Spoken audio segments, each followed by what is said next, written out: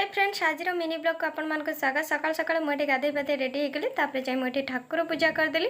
तो सकाल टी पूजा करदे मन को टे शांति लगे। तो पूजा सारा पर मुझे रात भिजे रखी चिया सीड्स ताकू टे पी दूची। पी सारापर ये देखो माँ पूरा शाग भाजिले जेहेतु पखाड़ खिया हम। तो तांको हाथ शाग भजा बहुत बढ़िया टेस्ट लगे। तो से कहली माँ टे शाग भाजी आज पखाड़ खाइबा। तो सी भाजिक पूरा रेडी कर सारे जेहेतु एवं कार्तिक। तो पखाड़ सहित ये शाग भजा बैगण भजा टमाटो चकटा होपर ये मुझे दही पकईकि पखाड़ खाईदे।